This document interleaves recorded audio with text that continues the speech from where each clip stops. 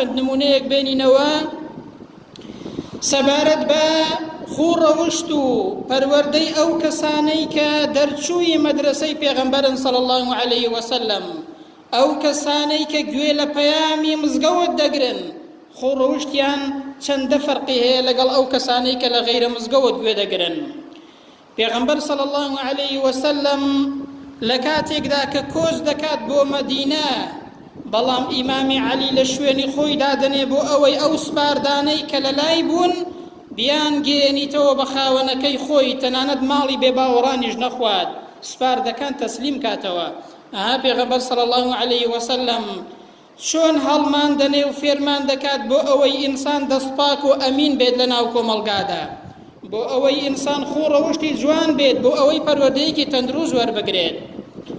لە فەرمایشتێکدا پێغەمبەر صلی الله عليه وسلم نمونەیەکمان بۆ دێنێتەوە کە فەرمایشتێکی صحیحی پێغەمبەرە صلی الله عليه وسلم دەفەرمێ لە پێش ئومەتانی ئێوەدا پیاوێک پارچە زەویەکی فرۆشت بە پیاوێکی دیکە.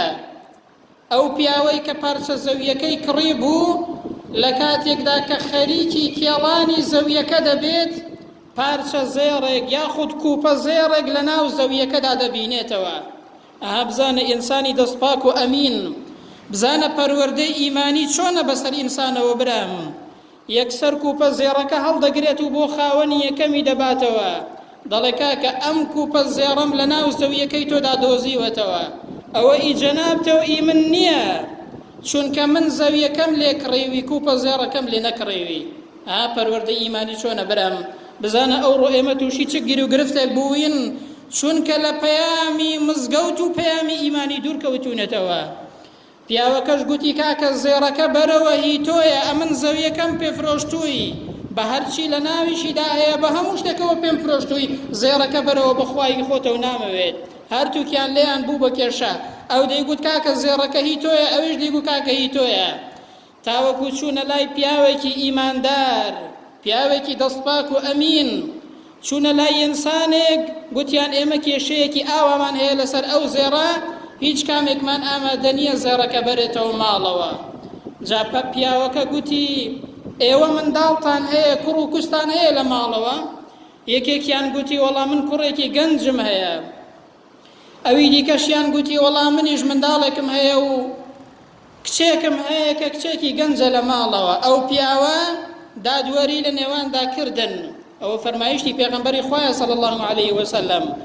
گوتی دەی ئەو کچێ بدەن بەو کڕەیە، ئەو زێڕەیەش هەندێکی بکەن بە مارەی ئەو کوڕ و کچە و هەندێکیشی لێ ببەخشن لە پێناوی خوای پەروەردگاردا.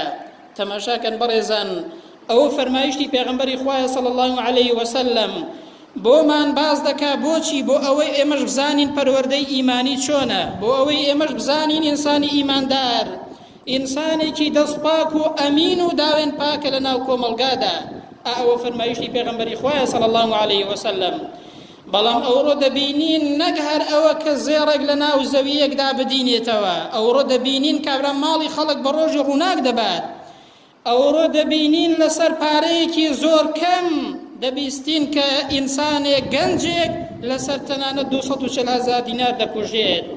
بەڵام ئینسانێک کە وابەستەی مزگەوت و پەیامی مزگەوتە، ئینسانێک کە پەروەردەیەکی ئیمانی وەرگرتووە، نەک خەڵک ناکوژێت لەسەر پارە و ماڵ و سامانی دنیا، بەڵکو گەنجێک 16 دەفتەر دەبینێتەوە بۆ خاوەنەکەی دەباتەوە بەبێ ئەوەی کە لە بەرامبەریدا هیچ پارەیەکی ژۆر بگرێت، چونکە ئەویان ئینسانێکی ئیماندارە لە دڵەوە هەست بە ڕەقابەتی خوای پەروەردگار دەکات.